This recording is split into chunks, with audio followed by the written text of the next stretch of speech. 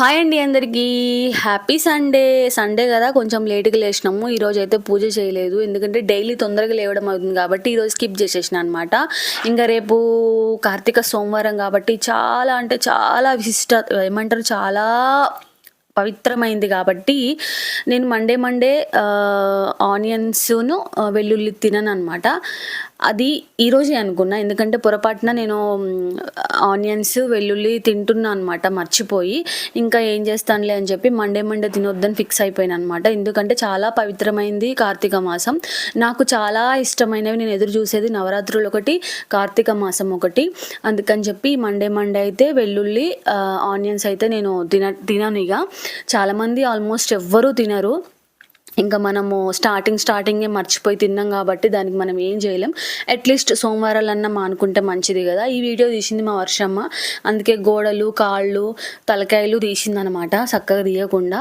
మీరు ఈ సండే ఏం చేసుకున్నారు? నాకు చాలా ఫేవరెట్ వెజ్లో టమాటా రైస్ ఒకటి, ఈ వెజ్ రైస్ ఒకటి అనమాట. చాలా అంటే చాలా బ్రహ్మాండంగా చేస్తా అనమాట.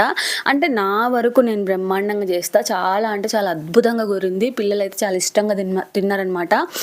పాపం ఏం పుణ్యం చేసుకున్నాయో ఈ వెజ్జెస్ అన్నీ ఇలా నా కడుపులోకి పోయినాయి. ఎందుకంటే మనం ఎప్పుడైనా వెజ్ చాలా తక్కువ తింటాం కాబట్టి ఇలాంటి టైంలలో వెజ్జెస్ని ఎక్కువ వేస్తుంటా అనమాట. నేను రైస్ క్వాంటిటీ తక్కువ వేసి ఏవైతే వెజ్ ఉంటాయో అవన్నీ ఎక్కువ వేసుకుంటాను అనమాట. ఇది దమ్ అయ్యే ప్రాసెస్లో నేను పోయి ఫ్రెష్ అప్ అయ్యి వచ్చిన.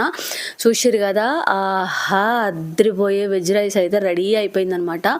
టేస్ట్ అయితే వేరే లెవెల్లో ఉండే. ఎప్పుడు వేరే లెవెల్ అంట కదా, ఈసారి నిజంగా 1000 కాదు 10,000% సూపర్ అద్దరిపోయిందనమాట. చాలా బాగుంది.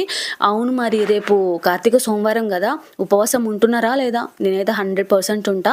రేపు పొద్దున 4 o'clockకి మంచిగా లేచి పూజ చేసుకోవాలని చెప్పి ఇప్పుడే నేను ప్రిపేర్ అవుతున్నా అనమాట. సో మీరు కూడా ఇన్ని రోజులు ఎవరైనా పూజ చేయని వాళ్ళు ఉంటే రేపు ఖచ్చితంగా చేసుకోండి.